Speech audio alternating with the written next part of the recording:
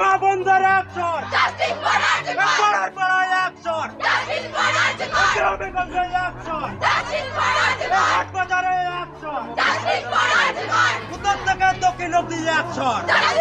দেশ তো স্বাধীন হয়েছে অনেকদিন হলো, কিন্তু নারীদের নিরাপত্তা কোথায়? আমরা মেয়েরা কোথায় স্বাধীন? আমরা এখনো রাত্রে চলাফেরা করতে ভয় পাই কেন? কেন এটা হবে? আমাদের সঙ্গে কেন হবে? মেয়েরা সুরক্ষিত নয় কেন? এখানে সবাই জানে নির্যাতিতার সুবিচারের জন্য আমরা এখানে এসেছি। নির্যাতিতার নাম নিব না, আমি নাম নিতেও কেমন যেন একটা লাগে। এত কিছুর পরেও কেন সুবিচার হচ্ছে আমি জানি না। আমার সত্যি এখানে হাত পা কাঁপছে।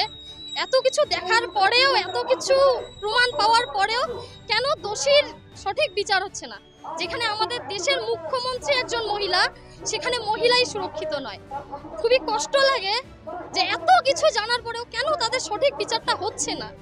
এত নির্মমভাবে মেয়েটাকে হত্যা করা হলো, কেন তাদেরকে একটুও বুকে কাঁপছে না? মুখ্যমন্ত্রী কি একটুও ভাবছে না যে সঠিক বিচার দেওয়া উচিত? কেন সে দোষীর বাড়ির নিচে কেন পুলিশ গার্ড দিয়ে রাখছে? সেখানে আবার মহিলা পুলিশ না হোক, সেই মহিলা পুলিশদের সাথেও এরকম হোক, আবার সেই মুখ্যমন্ত্রী এসে সেই মহিলা পুলিশদের বিরুদ্ধে দোষীদের গার্ড করুক। আমার কিচ্ছু বলার নেই। পারমিতা রায়, খগেনাট।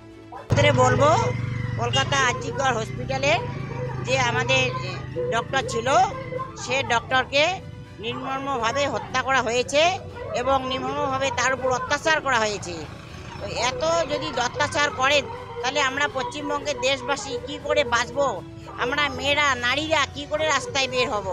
তাহলে এই দস্যুদের হাতে যদি আমাদের নিরাপত্তায় না থাকে, পশ্চিমবঙ্গের লোকের হাতে যদি আমাদের নিরাপত্তায় না থাকে, তাহলে আমরা এই দস্যুদের ভয়ে তো রাস্তায় মহিলারা বেড়েই হতে পারবো না, মা বোনরা বেড়েই হতে পারবো না। আজকে ডক্টরদের করছে, পরের দিন হয়তো অন্য কারো মেয়েকে করবে বা তা কারো অন্য কোনো বউকে করবে।